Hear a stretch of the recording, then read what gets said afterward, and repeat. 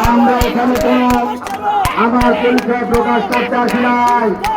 আমি এখানে এসেছি নিবন্ধন আজ 7 নভেম্বর আমরা দেখে দিতে চাই এই গঙ্গার মাঠে আজ অ্যামনেস্টি ইন্টারন্যাশনাল ঘাঁটি